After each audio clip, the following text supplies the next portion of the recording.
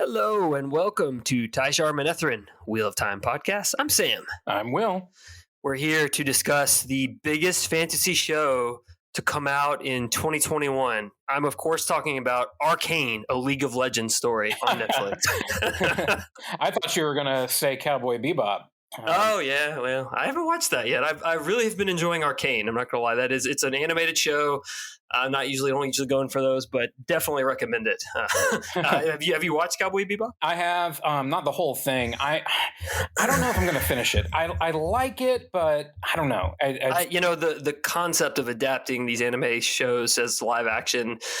I didn't watch Death Note. I don't know. Just the very idea has not landed with me. I think this works better than Death Note would. You have a larger cast of interesting characters, but anyway, why don't we talk about the thing we've wanted to talk about for let's do that 2.5 years. Yes, the Wheel of Time show on Amazon Prime has landed at last. I'd never thought this day would come. Periods at which I was like, maybe it's not going to happen because like when we started. When we started, it hadn't. I think it hadn't quite yet been attached in Amazon, and then and then it's picked up at Amazon. It's picked up, and Rosamund Pike's attached, and all of those things start happening. Then 2020 happens, and it's like, oh, is this going to be stuck in development heck for? Right? Yeah, yeah. We're like, oh man, but here we are. We got ourselves 3 episodes. For so long, we didn't even have like a teaser or a trailer or anything. We were just like talking about gossip that we'd gleaned on the internet, and now suddenly we have 3 full episodes to digest. Well, and it's funny to me, there's been so much content that's come out over the last month that I understand it's an advertising blitz. Right.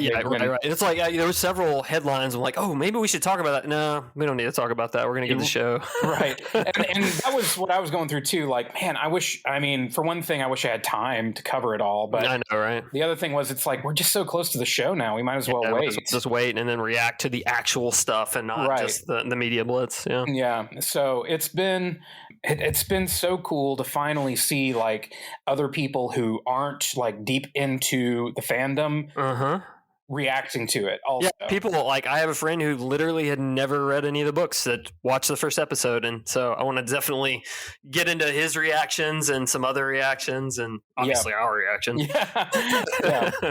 So first off, I want to say we're going to start off with no spoilers, or try very hard to not spoil any of the books. We'll only spoil the 3 episodes that have been released on Amazon Prime. Correct.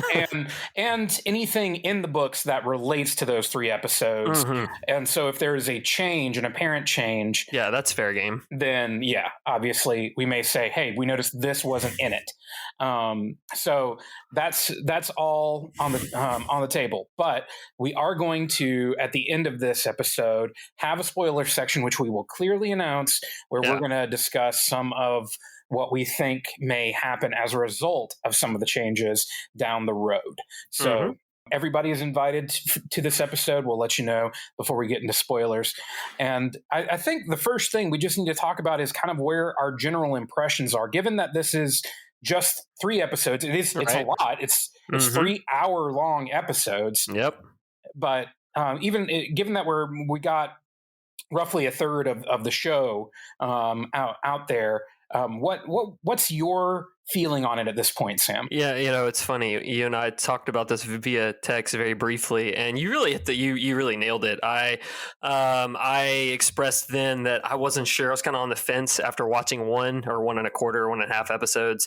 You're like, you'll like it after this next one, and that was the case. The first episode, I even going back and rewatching it after watching all 3, I've kind of see it with different eyes. But that initial watch, I just didn't like that first episode. I don't know. It was like, I don't know. It feels wooden. It feels forced.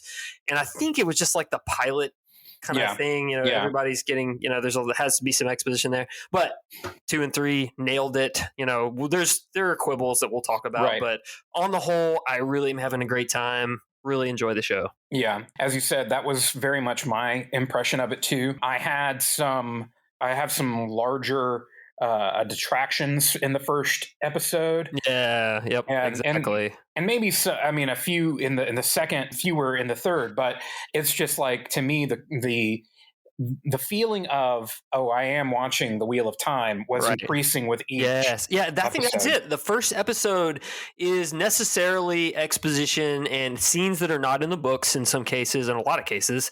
And that's the stuff that generally felt the weakest to me, or felt that I didn't like. And then the more they get back on track with the book in the second and third episode, I'm having a great time. Yeah, that's exactly right. Well, that being the general overlook, let's go in episode by episode. We're going to talk about the first episode, Leave Takings. To start us off on a positive note, I want us to first talk about things we really liked in the first episode, and then we can get into our gripes. Yeah, for me, the thing that jumps out immediately is, and you can't even say sets, but just the locales chosen for the shots. I mean, the epic shots that Rafe mentioned in some of the interviews of like, these are real. This is not a green screen. It's funny. I was watching The Lion, the Witch, and the Wardrobe with my kids this morning on Disney Plus, and there's several epic shots that are very painfully clear that they are green screen, and just contrasting that to what we're getting, and especially in this first episode, like the women's circle, like that shot that pans in right before that, the shot right after Lan and Moraine leave, Leandra and the Reds, like that epic shot. There's just so many of those, like, man, this is super awesome. Where they're shooting this is like, that's the thing that jumps out for me the first. Well, the thing that, in regards to that, something you're talking about, the shot after Moraine and Lan. I was going to bring this up. I was sort of hesitant too. Go ahead. Yeah. Jump in. I feel like we got to talk about that. Yeah. I was like, is that a city skyline? Yes. Are those towers?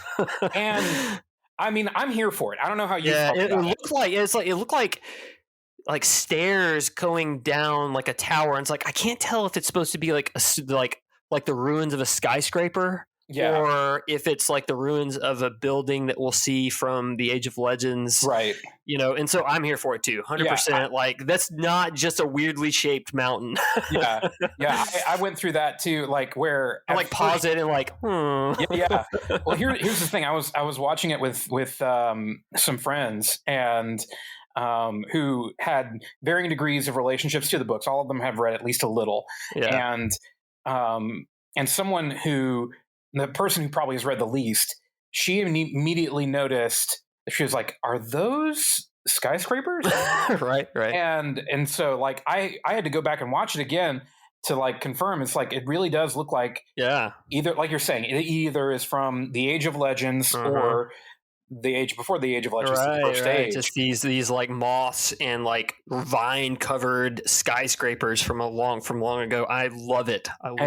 It's like separating itself from other fantasy stuff. Exactly. Very well there. Exactly. Yeah. And it's also the kind of thing that you could like swing by, and if you aren't paying attention. Yeah. It's subtle. Yeah. Right, exactly. Yeah, it's not like they're riding by a Subway or something. Right, like the Subway sandwich restaurant. Or it's just the Shannara Chronicles, where there's like, hey, here's a broken down car just sitting here, and it's like, how would that have survived if like there was like a nuclear explosion or whatever that created the anyway.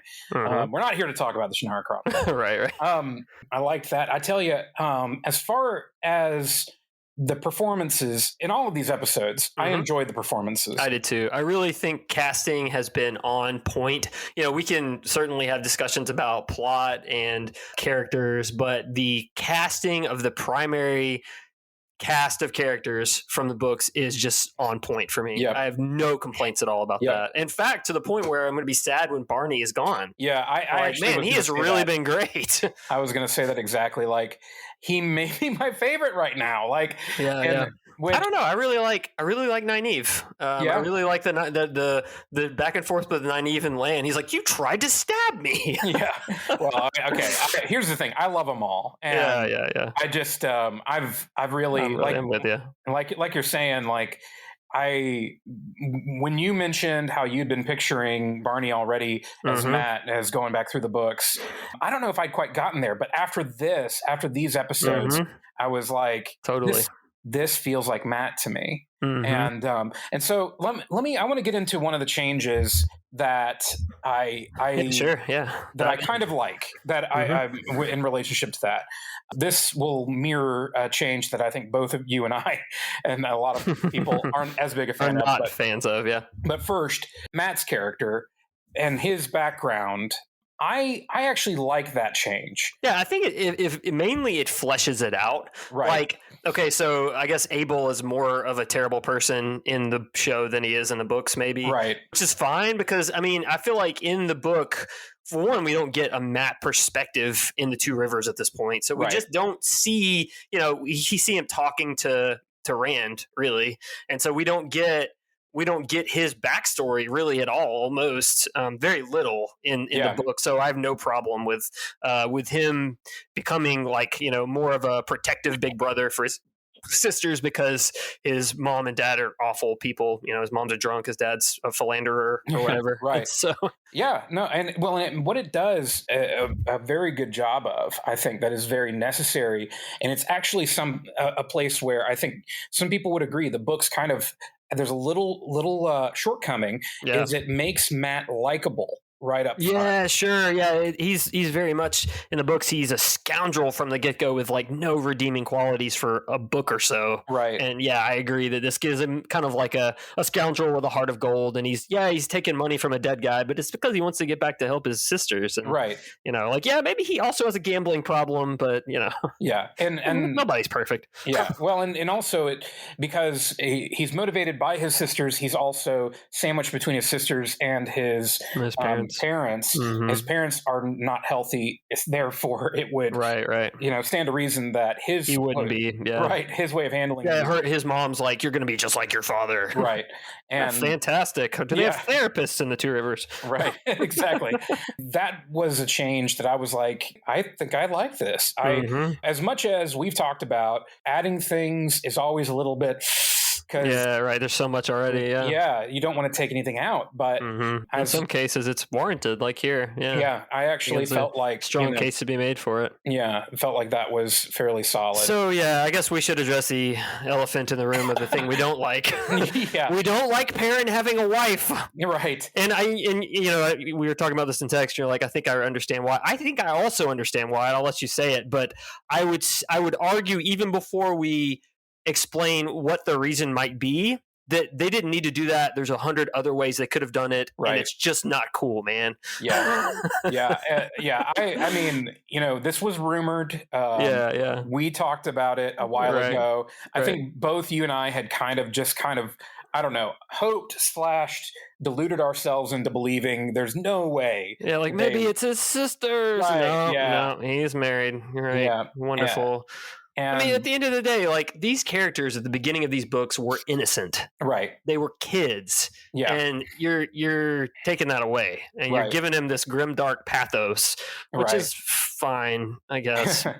So if you want to go ahead and lay out the reason, I think we're on the same page about it. Right. It's fairly clear that the whole reasoning is because, so you have Rand, who is very well developed in Eye of the World, and so you don't need to add anything to him, really, to give him kind of the gravitas. Motivations. Yeah. For Matt, he is probably the least developed in Eye of the World. And so, as we've just said, that's what they've added to this character as well, and done a good job. And so I almost feel like they said, okay, but we need to have something to give Perrin more of an arc, and especially because he is a quiet, reflective character, right? And I would even argue a step further that the result. So I guess spoiler for this episode of what happened, or not, was episode 2, whenever it happens, where he accidentally acts as his wife and she dies, and from the beginning, well, she's gonna have to die, obviously. But in that moment, I'll actually admit, in that moment, oh man, that was a twist I didn't see coming. One, and well done. I don't like this arc at all. But I think it is an effective moment there because it can help give him a concrete reason why he would not like his acts, why he would want to be a pacifist and be to be reluctant to violence, but I just don't think this was the way to do that.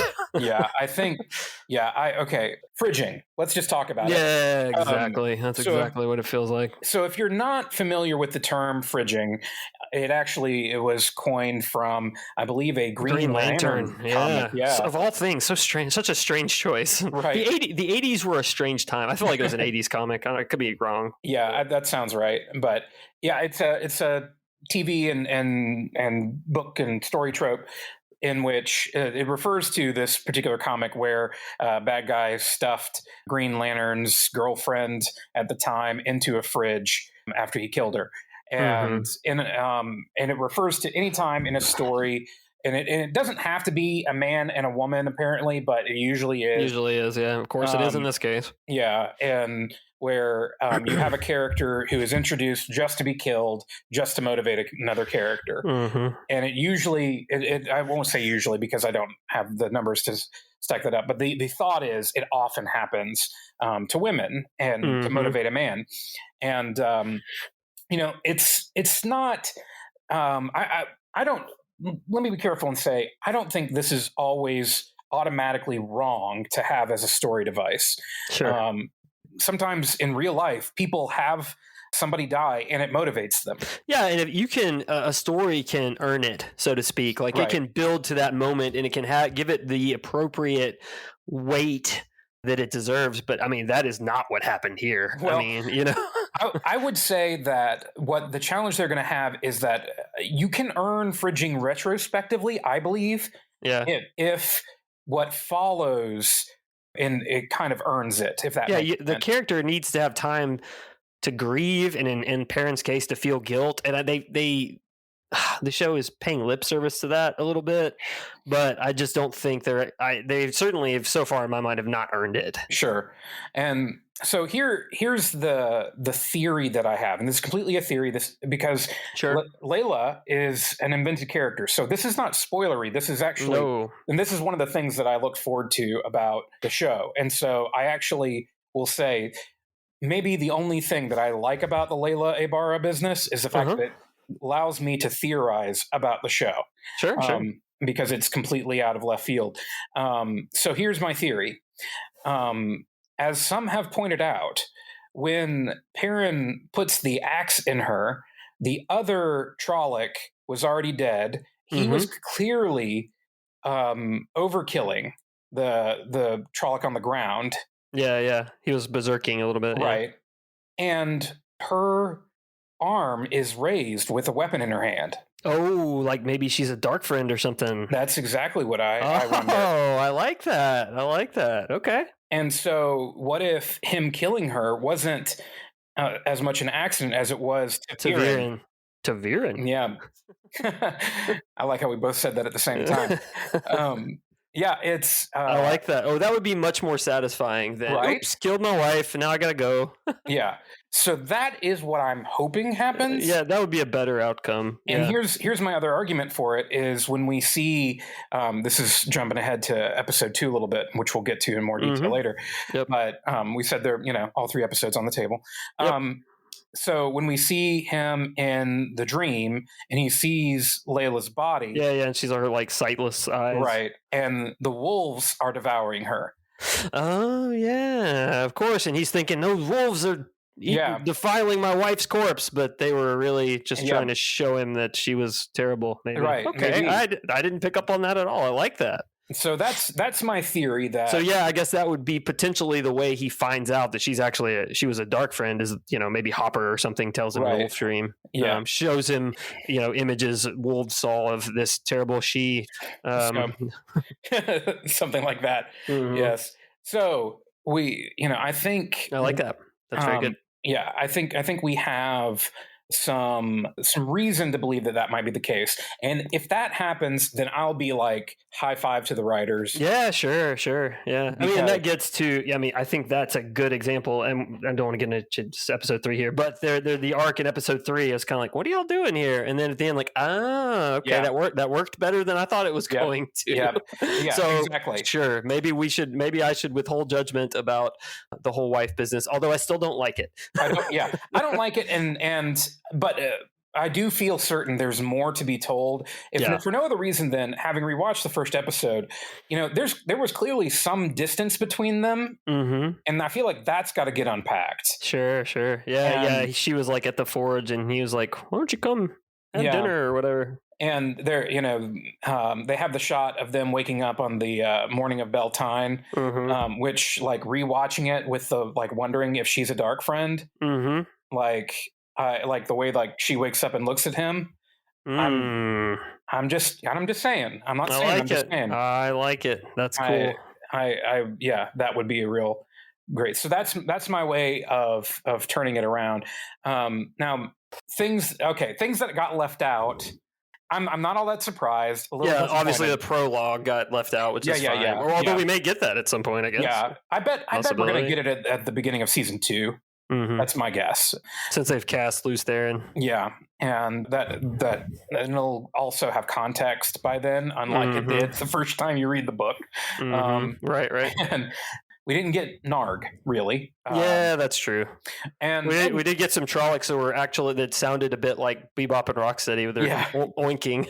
Yeah, and which, that's not like something I'm going to cry over, but that was just one of those things. Sure. Okay.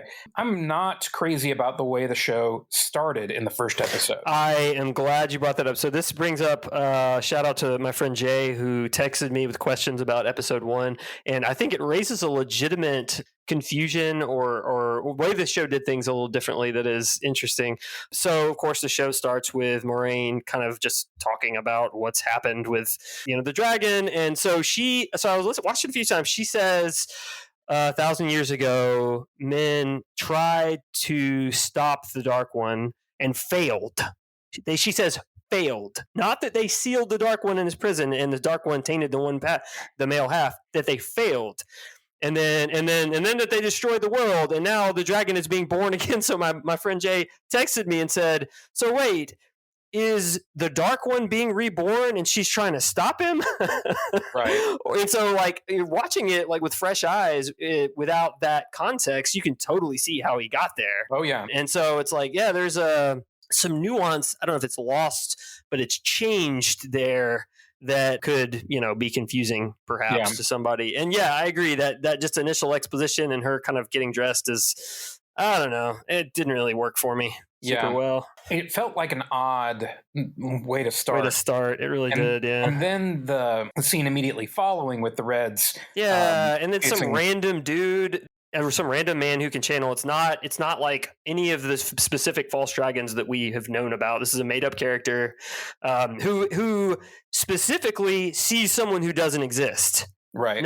So it's like, that's a very specific symptom of insanity that they're illustrating, which I guess is for foreshadowing purposes, perhaps. I don't know. I didn't love that. I get that they're establishing this dynamic, but right. And just go ahead and introduce Loghain, for crying out loud. Yeah, exactly. That was kind of my feeling on it, is that it would have made more sense to have started right away with Loghain. We get Loghain at the end of episode 3. Right. Very end. But first of all, let me say, Leandrin casting, great. Awesome. Yeah, wonderful. Perfect. Agreed. Yeah. She's devilish. Yeah. Fiendish. Yeah. Having said that, the beginning, I felt like it didn't explain enough about the relationship. Disjointed. Yeah. Felt disjointed. Like if you're brand new to the series, like you'd be like, what in the world is happening right now? Yeah. There's this complicated relationship between the Aes Sedai Ajas and men who can channel and the Aes Sedai. Yep. And I feel like this made it seem more straightforward than it is. And I get they're trying to just hook you, I guess. Right. And but it's like the whole business of men who can channel go insane and are dangerous. Right. Yes, we need to establish that. Getting the first comment on that is from Leandrin, saying that the power is just for women. For a person who doesn't know, it's like, okay, are these the bad guys then? Right. Yeah, it is confusing. The main bad guys. And it's like, well, no, these aren't technically. They're supposed to be good guys. Yeah, they're supposed to be like ridding the world of these dangerous, crazy people who could destroy it. Yeah. Right. And that is just not a great introduction. Right. And then like Lan and Moraine are like awkwardly looking down from a cliff watching, Right. I guess, like they've been following this guy, wondering if he's the Dragon Reborn. Like, oh, no, it's not him. Okay. Yeah, that I mean, like, weird. was almost unintentionally comical. Yeah, it really was. Like, well, guess it's not him. Yeah, exactly. Like, it's not him. And he's like, you sure? And she's like, well, I mean, we're screwed if it is, right? Right. And, yeah, exactly. Oh man. And then we go to the women's circle hazing ritual. Yes. I had a very meh feeling on that. Yeah, I mean, it's a beautiful shot, and you know the river is beautiful, but like, man, you just shoved her into like, I don't know, class 3 or 4 rapids. Like, good luck. Yeah. Trust the river, Egwene. Well, okay. I'll say the best thing about it, I said this to my friends who had all read at least most of the first book. It's a metaphor, of course, for needing to surrender to the flows. Yeah, exactly. To be able to control it. And that'll, I hope that'll have a clear payoff later on, that they'll, like clip to that when when she's actually learning to channel. Yeah. Right. So I agree. Wine Spring Inn, I suppose. Yeah, I think which we kind of covered this during whenever this scene, part of the scene was released, and kind of like got into that pretty well, I think. Yeah, I think I don't know, there are so many things in that I do like. Of course, we talked about the sets and I agree. So. I feel like the Wine Spring Inn looks great, and all of that too. And I mean, even a little bit later, but when we meet Tam, Oh man, yeah, that's right. Okay, yeah, Tam, that's great. That was exactly how I pictured it. Yeah, and you know what I appreciated that scene, and because even though they were rearranging things were a little different. That's a pretty important one to have. Like, right. Yeah, you just don't cut that out. Yeah, I'm glad they didn't. Yeah, even though it was all very different, you just like Tam, you get the right feel for it. Right, exactly. And I like Tam. I think he. Mm-hmm. I wasn't convinced of his casting until I saw this first episode. Mm-hmm. I liked him in that role. One of the people I was watching with pointed out that he actually sounds kind of like Liam Neeson. Yeah, it's a very different role from him in Game of Thrones. Yeah, exactly.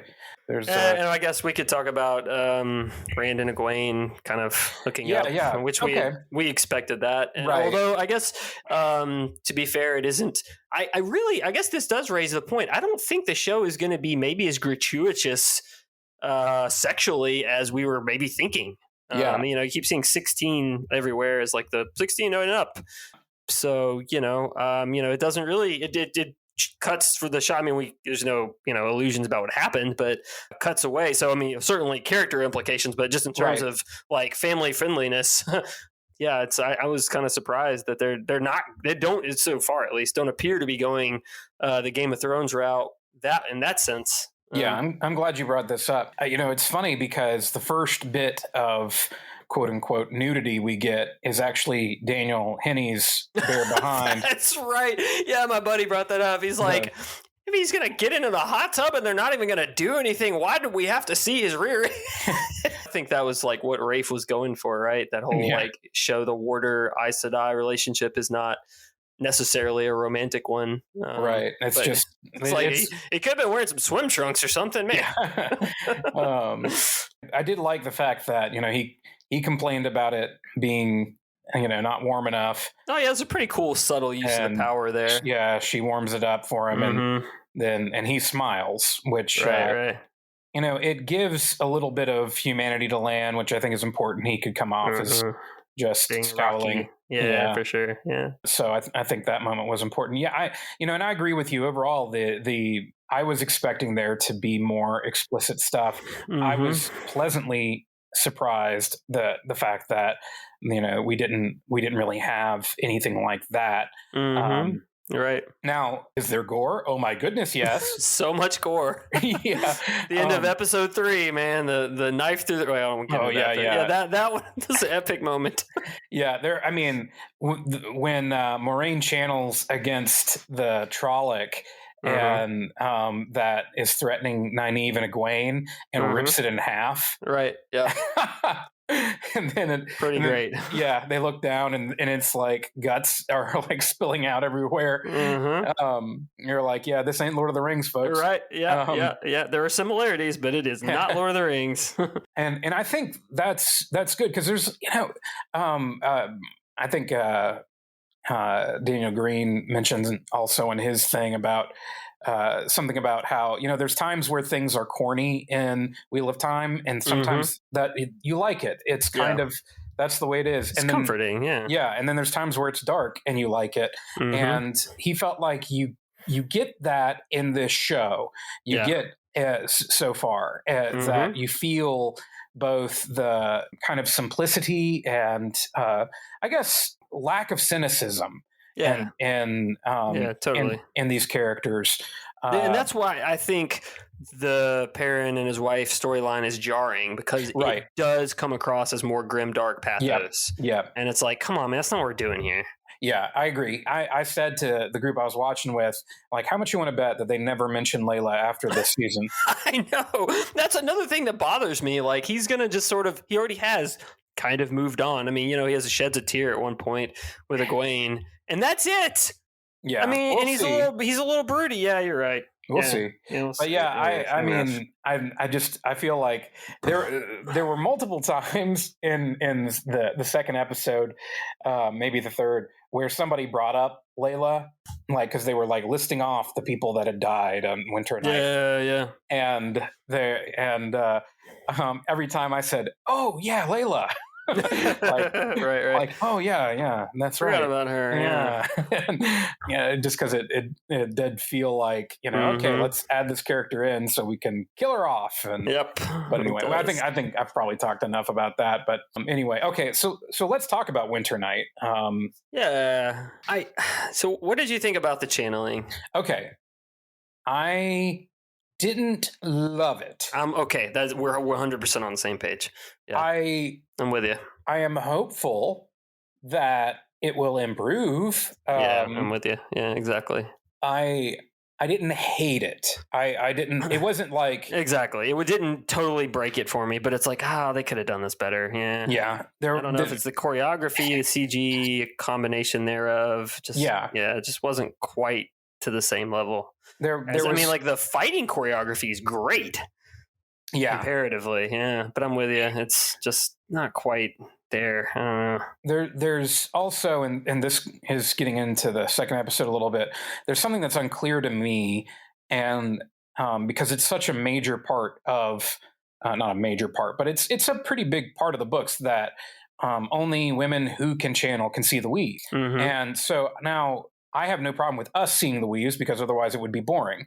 But to me, it's not clear that everyone else can't. Right. Yeah. If other people can't yet. Now, we haven't had much of an occasion for that to be clear or not. The only time where I think they may be implying that is there is a moment in the second episode where Moraine is waving away people's fatigue, and it looks like she might be doing that to Egwene. And it doesn't show the weaves because it looks like it's kind of from Rand's perspective at that moment. Right. So I don't know if that's, Yeah, it's the sort of thing that could end up being pretty subtle. But yeah, I like that they had Nynaeve dragged away by Trolloc. That works well as like a plot point. Yes. It's a clever approach to why she didn't leave with them initially. Yes. I'm glad you brought that up. Yeah, I mean, we'll talk about it more in the episodes to come, but yes, I liked that. And the fact that they had reason to believe that she was just dead. Right. Even though, most of us who read the book, I think most people paying attention would have been like, she's too big of a character. We didn't actually see her die, so she's not dead. Yeah. I actually thought that was another thing that arguably could have been a slight improvement over the way that was in the book. Because that's something I complained about in the past, is like Nynaeve's motivation. Exactly. That actually is why I brought it up, because I remember it specifically being something you had mentioned that was a good change. I love to see the Trollocs eating people. It's like showing just how brutal they are and kind of crazy. Yeah. I want to talk about, I think my favorite in the winter night sequence, my favorite moment is the one where Matt comes running out in search of the girls. Yeah. And there's kind of a prolonged shot of him running, and there are several Trollocs just all going berserk all around him, and he's running past them and avoiding them and like tripping over stuff. That shot is great. That I think to me did a great job of conveying the madness of the scale of this attack. Right. Yeah. A lot going on at once. Yeah. And chaotic. Right. And also at the same time we're getting time with Matt. We're getting to his motivation being that while at times he does seem like a scoundrel, he cares about people. Right. And we're seeing that pretty early on. Anyway, I like that Moraine gets injured. Oh yeah, and I don't know if that's in this part. Yeah, and that like it reinforces plot points later where instead of her just being exhausted, she's actually possibly dying from this Trolloc wound. Right. So that's another good change, I think. They could have done a little better job in this of if she had even passed out at the end or something to indicate how draining it would have been for her to do that amount of channeling. Right.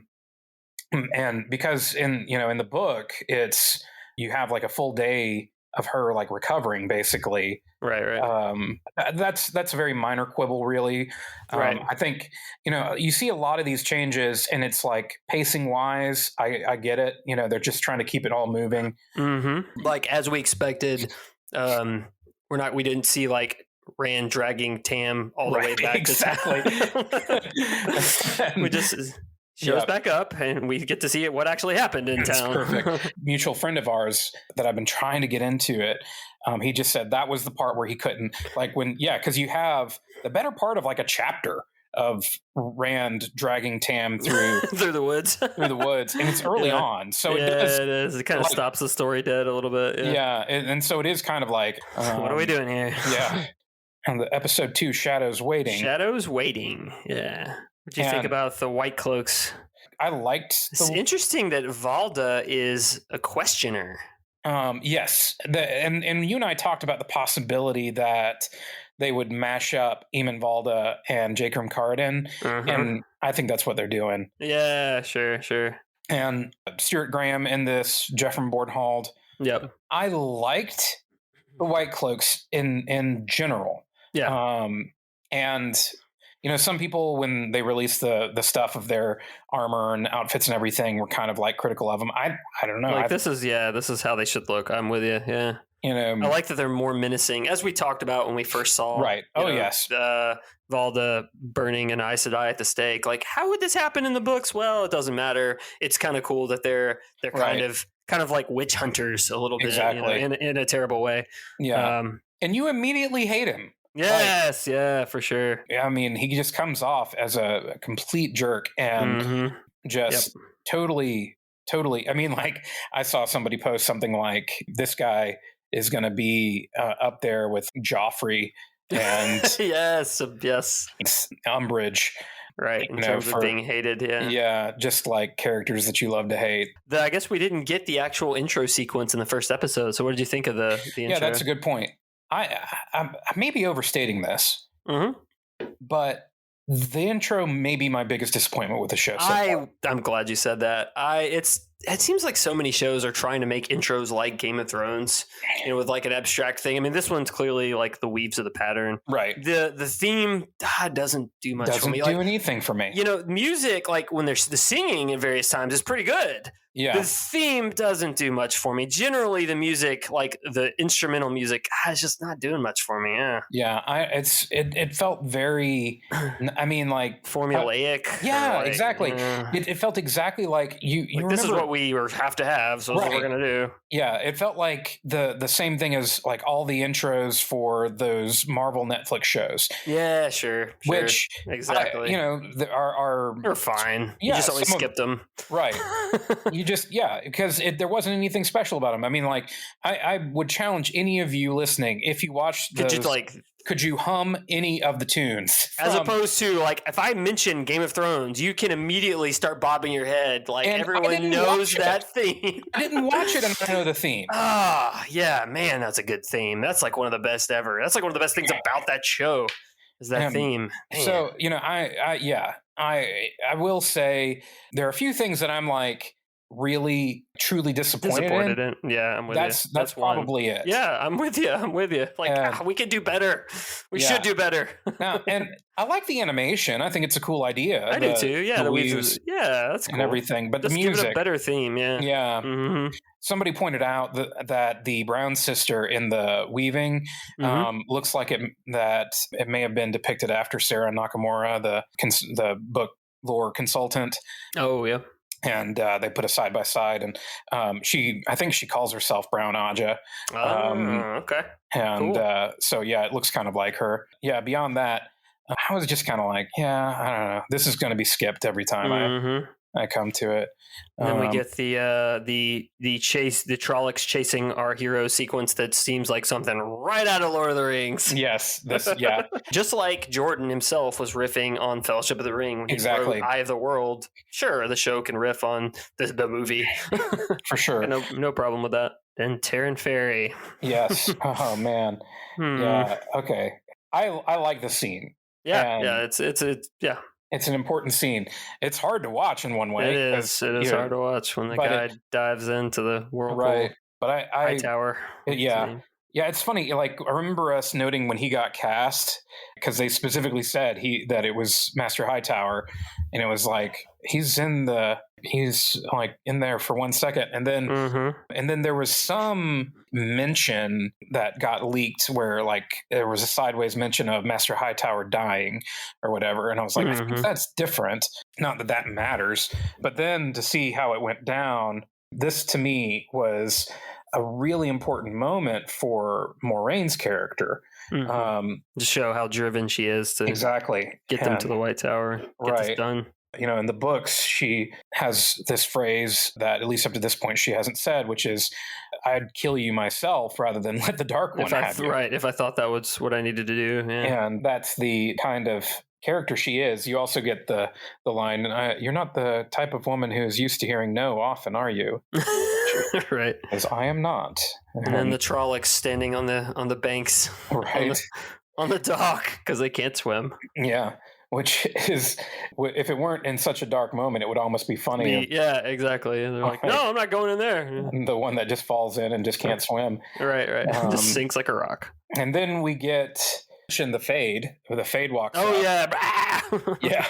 With those big fish lips, and then it, gives a good shark teeth. Yep. Yeah. I guess Rosamund Pike's a pretty decent horseback rider. I guess all of them are. Yeah, it seems like they're all actually legitimately. Yeah, they're all definitely on horseback. I mean, yeah. After they lose the Trollocs. I think I can't remember at one point. Maybe it's in Shadar Logoth where we definitely get a Bella call out. Yes. Yeah. So that's good. Yeah, it's right before. That's good that happens. That we actually get confirmation that Bella is here with us. Right. They have a little respite, spend the night, camp out, and a few important things happen. Right. One of them is that Egwene and Moraine have a little heart-to-heart about channeling. That Egwene can channel. She gives her like a stone and has her focus on it. And it is Moraine's focus stone that. Yeah, sure. We've seen it in the trailer that she does actually end up at one point wearing it. So it was cool to see that come out, that it was actually something, that in the books we find out that Moraine used it as... it was not actually like an Angreal or a Terangreal. It's just something that she used to focus her will into. Having her sit there with Egwene, her channel 2 weaves into it. And let Egwene do one. And I think that moment is in the books, maybe not exactly like this, but something where it's like, that last one was you. I remember that. Yeah, it's similar. There are several other little interactions that happen here. There's then we get the nightmare. Yes. Okay. Man, throwing up a bat. when he coughed the second time, I thought, oh no. Right. Oh no. And like I thought, first of all, I thought it was going to be the rat, not a bat. Yes, yeah, but it's a bat But instead. it's a bat instead. But yeah, when he started like coughing real hard, I was like, no, no, no, no, no. Oh, don't do that. and then yeah, he pulls a bat out of his mouth. Oh, Gross. and then wakes up and there it is. It was not entirely a dream.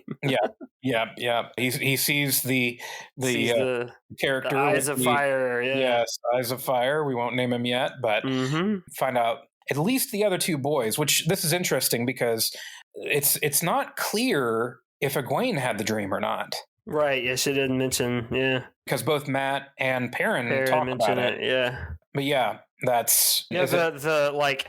It looks. I mean, in this another dream, it looks different, but in this case, it looks like a giant bat with the glowing red eyes, which is funny. I mean, like I don't know. Definitely, that's what it definitely looks like to me. I just stopped it for a second. And then you have Rand starting to get very suspicious. It's kind of mouthy with Moraine, which is definitely on point in character for him. I'm thoroughly satisfied with Josha's depiction of Rand so far. Yeah, thoroughly, just doing great, knocking it out of the park. It's hard for me to even like give praise to anyone because they're all doing such a good job. They are. Yeah. I agree with that. For the most part, I like the way that they're writing the dialogue for the characters. I feel like because it is worth saying that you can't like there's almost no dialogue you're going to be able to lift directly from the books other than what Moraine says at the end of episode 1, which is the intro to every book, which I loved. Perfect. Yes. Loved that. That was the point at which I liked episode 1, really. That's a good point that we didn't bring up for episode 1 is that it ended on that really cool note. Then we get into the scene with running into the White Cloaks. I loved this scene. Yes, it was well done. Where Moraine is pretending to be just a lady. And and you also get into a little bit of the whole Aes Sedai telling the truth, but not the truth you think you hear. Oh, yeah, right. Egwene comes up afterwards and says, but you lied. No, I didn't. And she, explains, she's like, Aes Sedai can make the truth dance. Right. So pay attention. The fact that she says, yeah, I'm a noble woman from a fallen house and you're in my care. Right. Which, if you're paying attention, it's not a spoiler for me to say. That's both of those things are accurate. Yep. But yeah, then Jeffrey Bornhall comes up. And Jeffrey, I think in the books, and I think they're playing him this way here. He's one of the kind of not a terrible guy. Possibly the most sympathetic White Cloak. White Cloak, not as zealous. He's probably has the best intentions, and frustrated with the questioners, which is very true to the book. Right. So when Valda comes up and is all wanting to take control, he's frustrated. You get a little bit too of the taste of the White Cloak politics of how the questioners kind of supersede the authority, the rest of the chain of command. Right. And so even though Jeff from Bornhall, has the gold arm thing, and then that makes him look like he's in charge. Well, Valda can walk up and interrupt, which also manhandle Moraine in a creepy way. Oh yeah, which you love the moment there. Oh man, we haven't even talked that much about Lan, but there's so much so many small Lan moments in this episode that I love. A little earlier when Rand is speaking threateningly to Moraine, and he walks up to her, and Lan steps over in between him and just looks at him. Doesn't say anything. That's all he has to do. Yeah. And it's like, hey, you want to find out? Keep messing around and you'll find out. It's what it looks like. And Rand backs down very. He's like, okay, yeah, I get it. Yeah. And I mean, it's purely just, one guy looking at another, and that's all it takes. And it's very accurate to the character of Lan. And then he says, I'm from the borderlands where we know to keep our hands to ourselves. Otherwise we might lose them. Yeah. Basically threatening him. Yeah. I'm going to cut your hands off if you don't quit touching. Back up. Great scene. Yeah. The whole tension of, are they going to find the ring and all. And like, you can see the chain of rings that Valda is like jingling.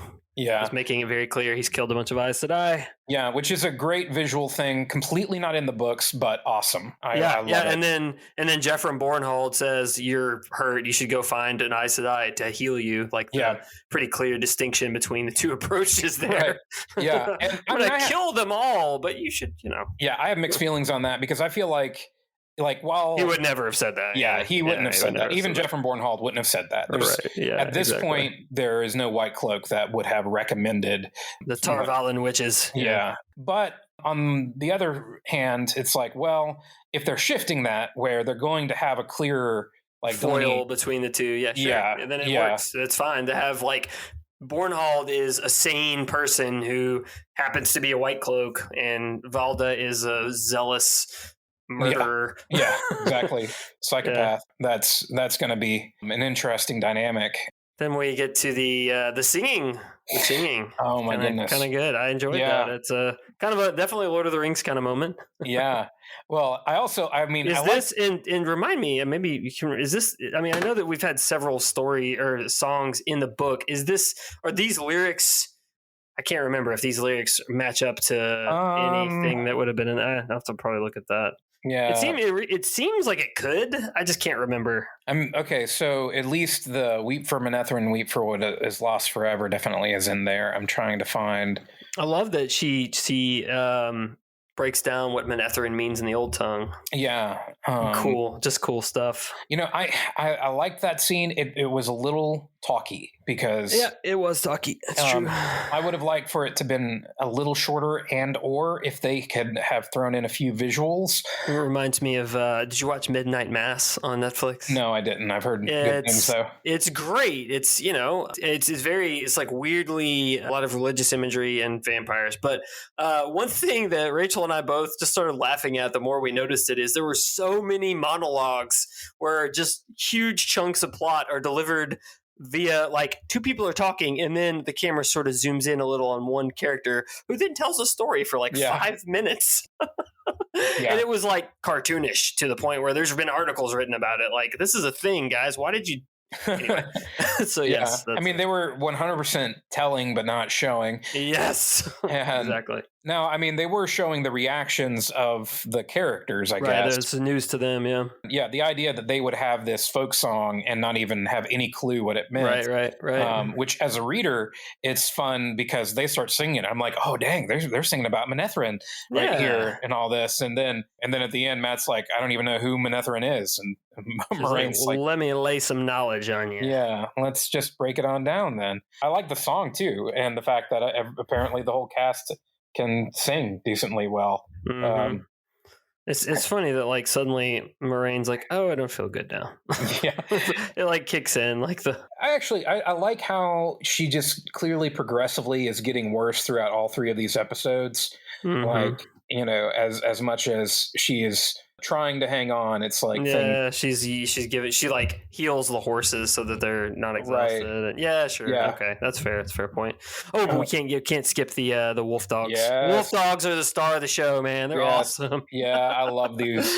Oh man, the wolves are excellent. So glad these are not CG wolves. I mean, that's such a they definitely could have done that and no one would have gotten that mad. I think about Call the Wild on Netflix, or was it not on Netflix? There's Call the Wild. There was or White Fang. Disney Plus, isn't it?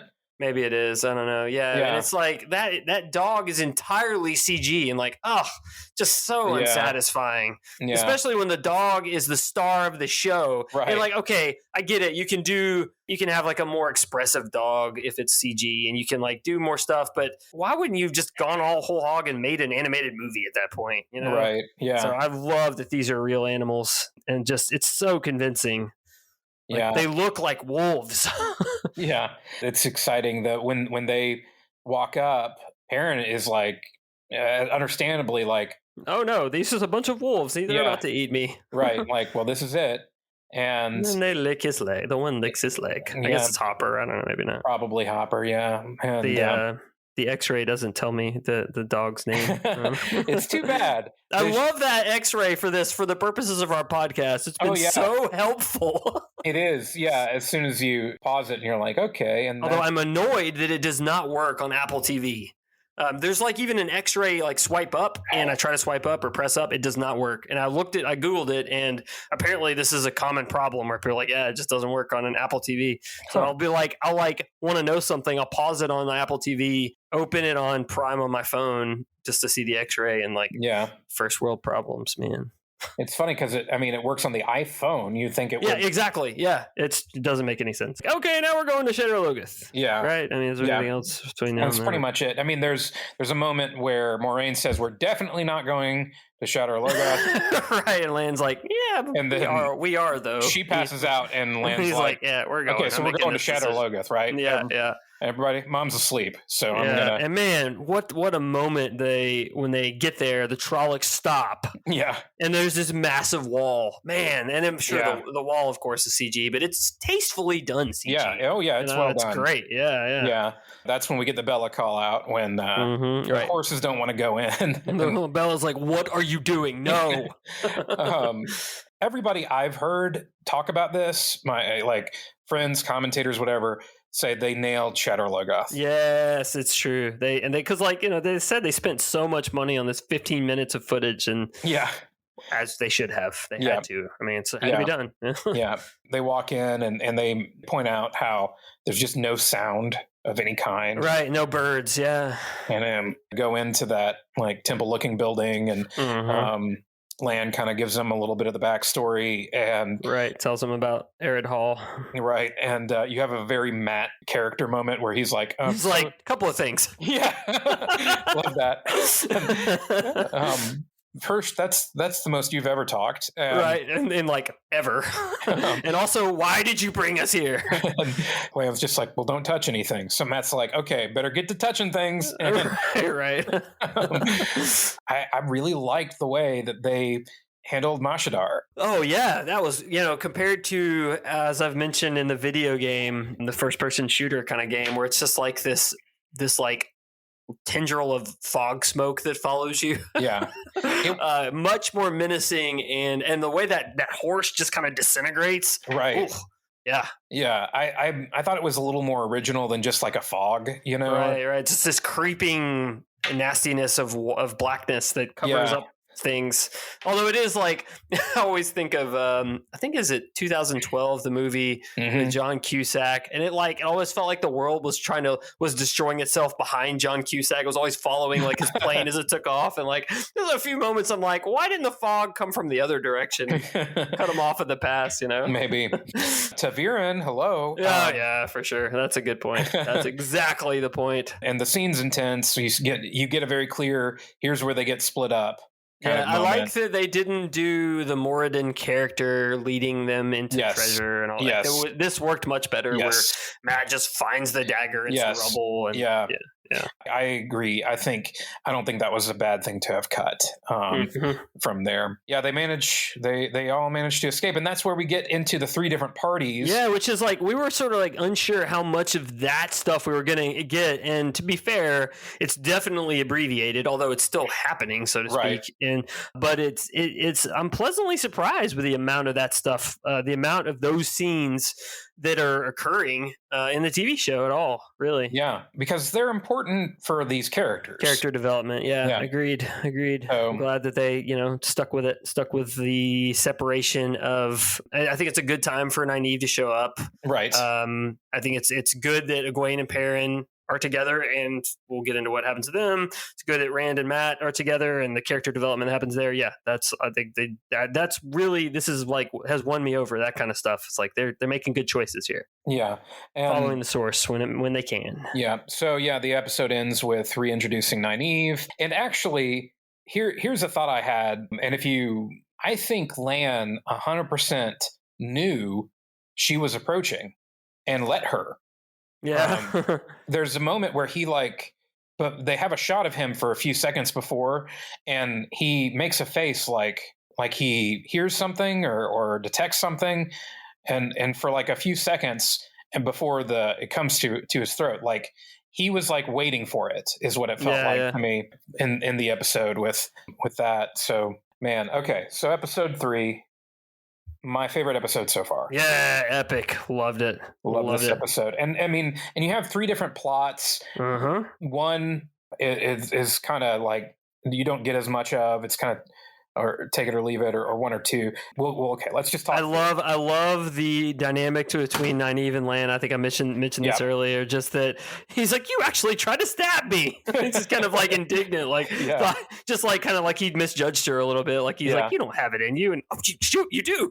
Yeah, no, that was great. No, this is great. This is. And we start off with a little bit of a flashback with right to see what happened to Nynaeve after she was taken by the Trolloc, and the little scene where she kills the Trolloc and the Dragon's Fang appears in the water. That was kind of cool. Oh, I totally missed that. Yep. When the blood of the Trolloc creates the Dragon's Fang, which we didn't even mention the Dragon's Fang sheep formation in the first episode. Oh, well, that's because I totally missed that it happened. Yeah.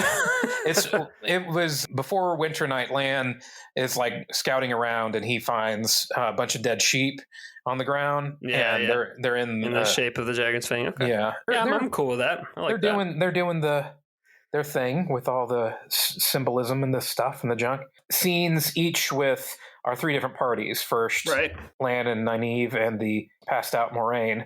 And like you're saying, this is great. This is Rand and Matt out on the rocks, kind of looking for Egwene and Matt.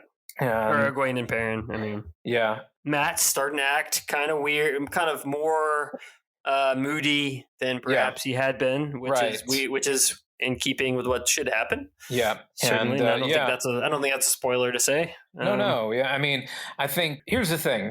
They were just in this city called Shadar Logoth. Shadow's waiting. We heard about how evil this place is, and he was told not to touch things. Matt took a dagger. So we're going to see something happen. Do with that what you will. Right. Yeah. I don't feel like that's spoiling anything. That like we're going to start to see some stuff. Matt's starting to act a little moody, maybe a little more self-centered or self-focused anyway. Yeah, and more negativity for sure.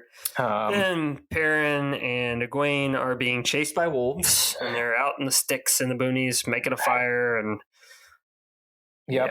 and then like Egwene maybe tries to channel a little bit to make the fire, and Perrin's like, did I make the fire? Did you channel that? And she honestly doesn't know. She's like, I don't know. I don't know. I'm trying.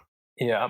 Bounce back over here to Lan and Nynaeve again after that. Nynaeve is tied up because she did in fact try to kill Lan. You can see how Moraine is definitely not doing well. Right. She's completely out of it. Right after that is it's a dream sequence with Perrin, and something I didn't notice in this scene, in one of the shots, you can see a window behind him as he's walking, and you in the window you can see two flaming eyes after a lightning strike. Then you see the flaming eyes like zoom in. Then of course the scene you talked about where Wolf is eating the entrails of Perrin's dead wife. Charming. Yeah. Which again adds to my theory that perhaps because flaming eyes. No longer a bat flaming eyes. It's actually like I watched it a few times, like kind of a just a kind of like he's wearing a pantyhose over his head, but not really. Yeah.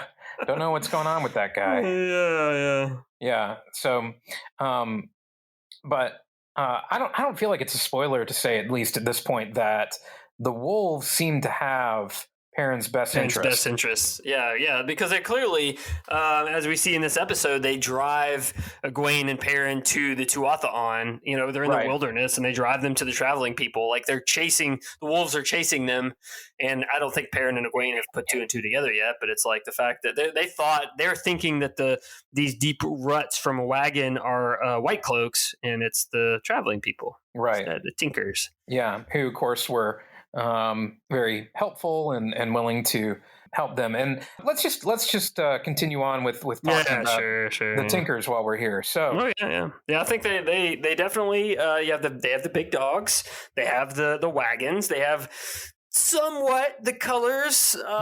They're a little more muted than I was picturing. That's several people have said this, and even on our page, as we posted some photos ahead of the release, that was one of the biggest comments was the photos of the Tinkers seemed, the colors were a little understated. And, right. And I get that. Yeah.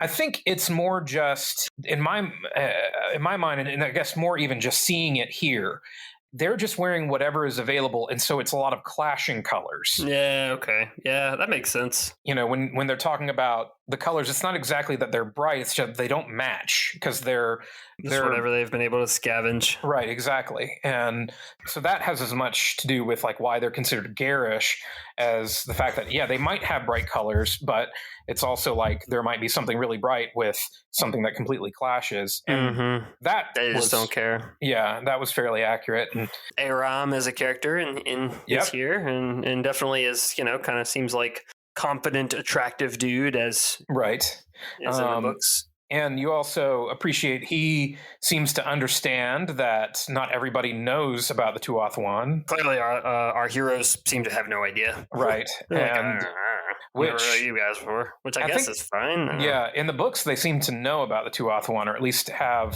some understanding of them. I don't know. I kind of wish that they had at least had the negative impression of them. Right. Because to me, it's supposed to be... It's like gypsies. Yeah, it's the Gypsy Romani kind of thing, like where people think of the Romani people, I will never forget, this is such a weird thing. When I was a kid, living in northeast Georgia town, went to Red Lobster with my family, and my great aunt pointed at like this group of people that walked in and like, oh, those are gypsies, and said some like racist things. Just like, what? Like I never again encountered that. It was like the strangest. And so anyway, all that to say, that's like a real, stereotype that, here in the US, we don't really encounter that stereotype very often, it's but it is a very real one that is. I mean, to me, it was supposed to be representation of that. Like a lot of things in Wheel of Time are echoes of our culture. Yeah, it's clear that they're still doing that. I just kind of wish that Perrin and Egwene had a little bit of that prejudice, so that even if it wasn't like extreme, if they were like, oh dear, we're not sure we can trust you because you guys have the reputation of being thieves, and for Aram just to say it. Right. It's kind of like a little on the nose, I guess. Yeah, we got a little taste of them. This was the plot line that in this episode I was like, take it or leave it. We didn't get as much of it as I feel like we needed. Which we'll get more probably. Yeah, I'm sure in coming episodes. Much more focused on Rand and Matt. Yes, so you're going to get back to it in Breen Spring. Yes. To look that up. Is that actually one of the places they went in the first book? I don't know. They went to so many random little towns. So sure, I don't mind if it isn't, or if it is, whatever. But it definitely fits the bill. As I like the fact that this is where Tom Maryland first is introduced. Yes. Makes a lot more sense than him being with them the whole time. Yes. Or something. Yeah. There's so much I like about this series of events. Yeah. And the character of Dana that we were like, who the heck is this? Well, now we know. Yep. In the books around this period of time, I don't feel like it's a spoiler to say, you have... This happens, but it's an unnamed dark friend. Yeah. And several unnamed dark friends. Several similar events that happen. So, of course, you're going to compress them into one. Right. It's like 2 or 3 times. And but they do a great job of encapsulating that type of uneasy situation. Right. What I think it does is for the boys, for Matt and Rand, it galvanizes their understanding of the situation. Like, oh, there is truly some evil out there. Right. Something that is actively trying to come after us. Organized evil. Yeah. Right. Yeah. You have a real, oh, dang it kind of moment. Yeah, exactly. In this. So let's back up though. Let's just talk about Tom first. Yep. Loved the introduction of Tom. Loved it. I loved the song he sings in the inn. He's just great. I mean, he is younger than I was picturing. I don't mind I don't mind that he doesn't have the cloak. I don't mind that he doesn't have the bushy mustache. He is just perfect. Really. Yeah, I really have no problems at all there. He feels very Tom-like to me. I mean, that's just all I can say. Like, yeah, you can get wrapped up around the fact that he doesn't have colorful patches outside of his jacket. Although when he flips his coat early on, you see some patches inside. Which is exactly what Rafe said, that like, well, this is what we're gonna do. Yeah, I feel like people could miss how much this is capturing the character because it's not, exactly what they pictured. Maybe, right? Yeah, these kind of. He does have a mustache. It's just not the like bushy mustache that you might like handlebar bushy mustache you might have been picturing. Yeah, and he does have an world weary kind of thing to him that I feel like is important to Tom, more important than just like specifically him being, in his 70s, for example. Right. I agree. I like the whole business of him stealing the coin purse that had been stolen from Matt. and saying to him, this is a lesson you clearly needed to learn. Then you get into something that, again, happens several times in this series of events in the books of Matt and Rand having to work for room and board. And Rand doing the work and Matt just sort of like, I don't think I want to do that. I'm going to skip out on it and go drink. Then, Rand and Dana end up talking while Matt gets to know Tom a little better as he goes to try to rob the body of the Aielman. Aielman, yeah. Which is cool. We get this like first introduction to the Aiel, just a taste of what they'll be like. The one thing that I wish had been made completely clear, although I think it's fairly clear by the fact that he has multiple arrows in him. He's clearly took a lot to kill him. Yeah. Right, exactly. They like ambushed him. I mean, I like the brief introduction of the Aiel, the explanation of the veil, whole thing of this scene tells us a lot. It tells us that Tom is very smart, that he knows a lot about a lot of different cultures, and that he's smart in the sense of like, hey, the Aiel, some people think of them as savages. They're not actually. But because people think of them as savages, then they're scared of them, which is why, this guy got ambushed, and clearly he wasn't actually being violent because he would have had his veil up when he died.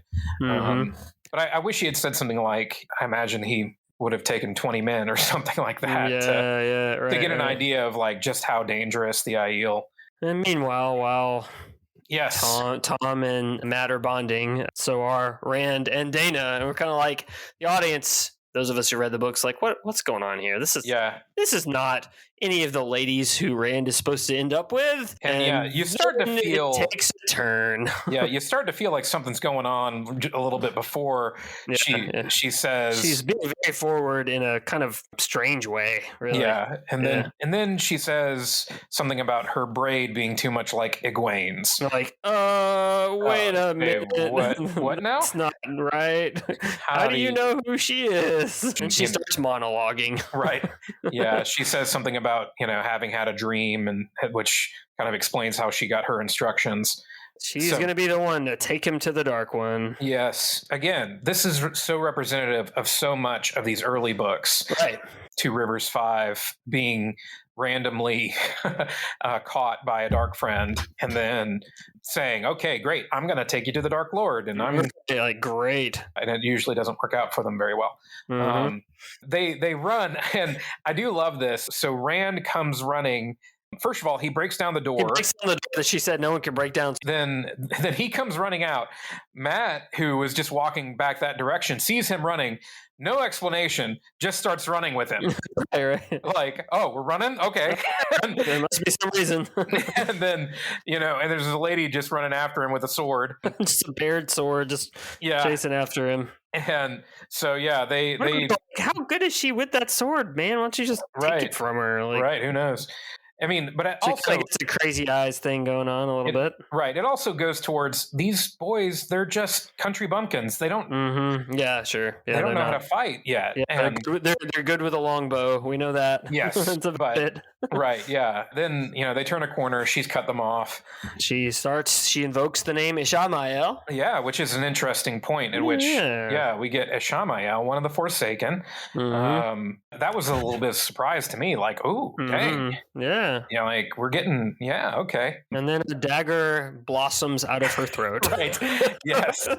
Dang. I believe you borrowed from Jordan's language actually, and there. I think he used that phrase one time when Yeah, he did. Tom pulls this exact gag. Yeah, exactly. Yep. Yeah, so yeah, dagger comes straight through her throat, and fans of the book are like, "Yes!"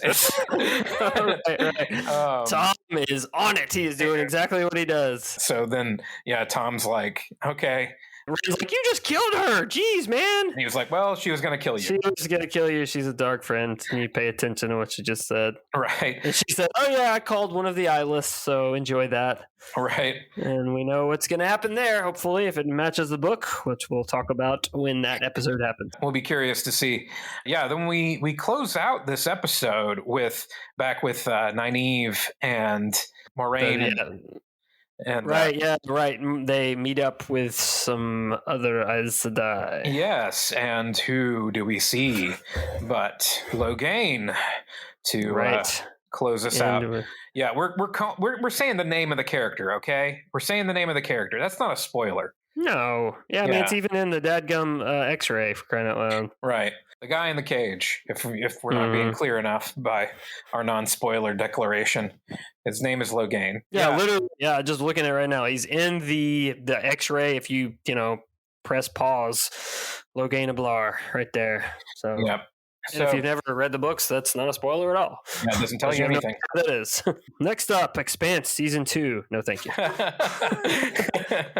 It's just competent sci-fi. I'm sorry. It's okay. Hey, I feel like okay. the CG and world building is great, but it's not fun. Yeah, there you go. That's a good way to put it.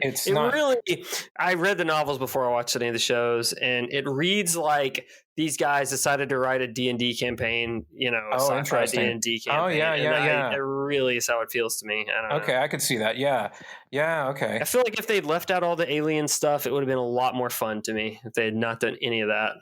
I started watching it, and I was like, I don't know why, but... because there are a lot of ingredients here that I like. Yeah. But I just not having fun. I'm just not enjoying this. Yeah, I'm with you. And yeah, I basically have gotten to the place where if I'm not having fun watching something, yeah, why would you continue? And it's not like I'm not saying it's not intriguing or well written or well acted or something, but I'm looking to have a good time. I'm with you. Yeah. And you know what? I've had a good time watching these episodes of Wheel of Time. Too. I genuinely have too. Yeah. I'm glad they released the 3 episodes because that really was a good call. If it had been just one, this would have been a very different conversation. Yeah. I don't know if the show's going to be any good. Right, exactly. and even after the second one, I would have been like, okay, I like this better, but right. Yeah. And I mean, the third one, I was like, okay, now we're doing Wheel of Time. Now, yeah, I'm with you. This feels more like the world of the books. And so you want to talk spoilers? I know you had a few things. Yeah, sure. So spoiler alert, if you'd like to not be spoiled about anything related to Wheel of Time, let's say. I think we've given you enough content that's been spoiler free. So, if you have not read all the books, tune in next week where we discuss episode 4 of Wheel of Time. Yeah. So, talking spoilers, things that are going to shift things down the pike. Okay, number 1, 4 ta'veren instead of 3. Yeah, sure. That's an interesting choice. As long as they don't make Egwene the Dragon Reborn, right?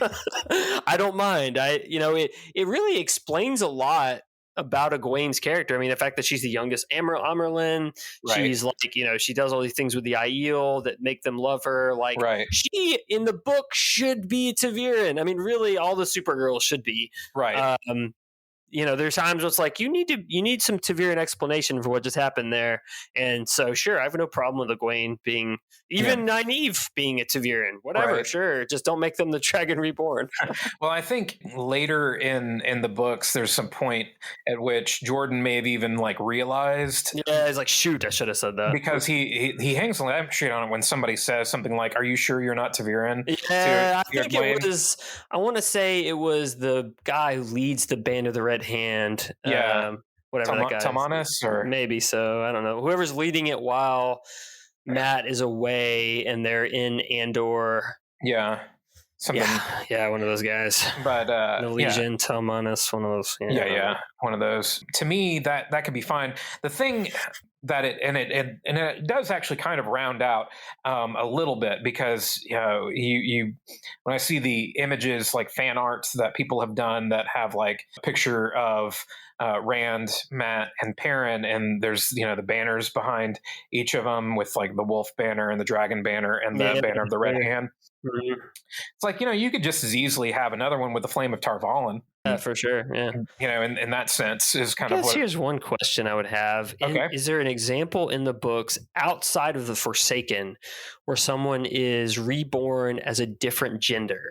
No. And I feel like that's a change. That's definitely that's a conscious change they're making, really. 100%. I mean, like, you have whichever one, Arengar. Arengar it is. And she's still channel sighting. Right. Yeah, who's a man's soul in a woman's body. So that is it's like in the books this would not be an issue, because it's like, well, obviously the Dragon Reborn is a man. Right. But that's a choice they're making, and sure, okay, I guess that's fine. Well, and Rafe even said, like, there was an article because he was talking about, wanting to make sure that it was more of a mystery who the dragon would be, and he even said specifically, fans of the book will already know. So to be clear, okay, good. So we're not okay. I don't think I think I missed that, and that's a good. It's a good. I'm glad that is confirmed. And and I really do think Rand maybe used the one power to break down that door. Absolutely, Dana was like, 3 men couldn't get through that door, and then he breaks it down. Like, right, and she's really surprised. Yeah. No, I think that's definitely the intention. I think that's probably kind of a little bit of the replacement of the like lightning bolt. Thing that happens, like where he's like healing his own horse or whatever. Oh yeah. So I think that was definitely an intentional thing. This isn't a spoiler thing, but I had wondered if they were going to just kill off Tam. Oh man, dadgummit, I literally had that same thought. I'd read somewhere. Someone mentioned, and they kill one character that you don't expect or don't, that people won't agree with. And I was thinking, I bet it's going to be Tam. And I don't know if that was a review of the whole, like all 6 or however many episodes, or if it was just these 3. So there could be still somebody's going to die that we don't know about yet. But that was definitely my thought after I read that, like, oh, it's going to be Tam. And I can see why they would do it. It would be it would give Rand that pathos that maybe Perrin has. And I very much had that same thought especially after I happened to read some, I didn't read a bunch of reviews, but I happened to read one snippet. But I'm very glad that they didn't. I'm with you. Because I love the fact that Tam, so often the main character is a total orphan. The fact that Tam survives the whole series, I hope that they keep him that way. I do too. Yeah. He shows up, that he's a formidable force in the later books. I hope so.